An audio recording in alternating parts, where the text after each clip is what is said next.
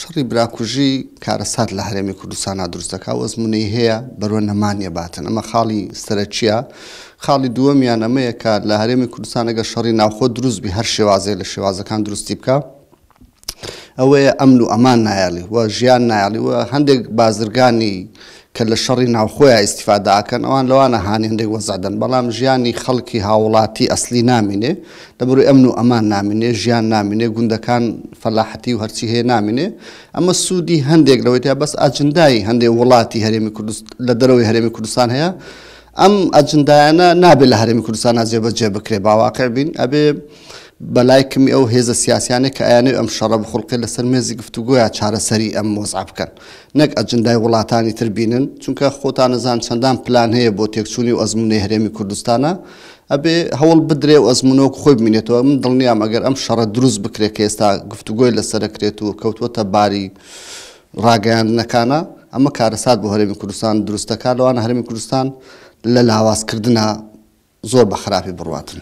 ئەوەی لە هەردوو سەرکردەکە خوێندومەتەوە، ڕاستە جۆن بە ئەو مەرات قەلیلان بەحس لەوە کە بارزانی فعلەن قسەی کردووە شەڕی ناوخۆی حرام کردووە بە قسە، بەس ئایا ئێستا لە مەواقعە پێویستە هەردوو لایەن بێنە سەر مێزی گفتوگۆی ئەم چارە بکەن. بەتەئەکید ئەگەر بێت و هەر دوو لایەن یا چەند لایەن لە کوردستان جا لە هەر پارچەیەک بن، ئەگەر بێت و ململانیان لە نێواندا هەبی ململانەکان توندبی یا بە ئاراستەی شەڕدا بڕوە، بەتەئەکید ئەوە شتێکی خراپە، شتێکی کارەسات بارە، خەڵک پێ نامورتەحاوە، خەڵک ئیدانەی دەکا لە بەرەوەی یعنی ئێمە وەکو میلەتی کورد لە هەموو پارچەکان میلەتێکی مەظلومین، چەوساوین، یعنی هەموو چاومان لەوەیە کە ڕۆژێک دابێ کورد ببێتە یعنی دەوڵەت و کیانێکی سربەخۆ خەون لە پێناو ئەوە دەبینین و خەباتمان لە پێناو ئەوەدا کردووە.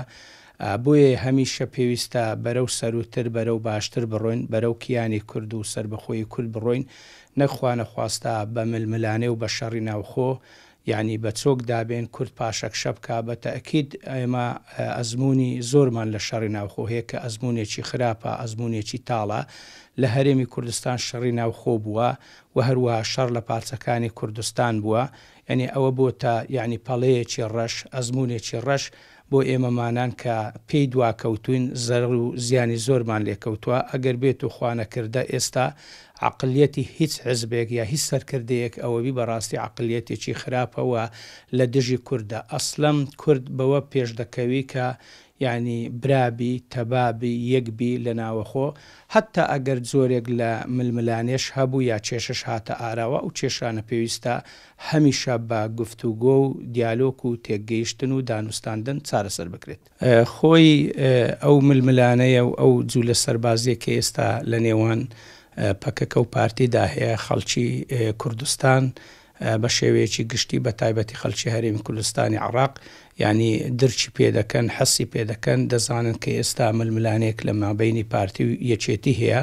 ئەو ململانەیەش گەیشتۆتە جوولەی سەربازی و لێدوانی ئاگرین و تەسریحاتی خراپ بەرامبەر بە یەک. بۆیە خەڵکی هەرێمی کوردستان بە تایبەتی و خەڵکی کوردستان لە پارچەکانی تریش یعنی نامورتەحن، یعنی چاوەڕێی خوانەخواستە هەڵگیرسانی شەڕ دەکەن کە بەڕاستی ئەوەش شتێکی خراپە و کارەساتە. پێویستە کێشەی نێوان خۆیان بە دیالۆگ چارەسەر بکەن. ئەو لێدوانانەی کە لە ڕابردوو سەرکردەکانی پارتی و پەکەکە داویانە بە ئاراستەی برایەتی و تەبایی، پێویستە ئەوانە بەرهەف بکرێن، پێویستە ئەوانە تەبەنی بکرێن، نەک لێدوانێک کە خوانەخواستە لێدوانێکی شەڕان جێزیبی و لێدوانێکی ئاگرین بی، چونکە هەموو لامان زەرەر لە شەڕ دەکەین، کەسیشمان قازان لە شەڕ ناکەین، ئیلا ئینسانی خراپ، ئینسانی هەڵپەرست ئیستیفادە لە شەڕ دەکە.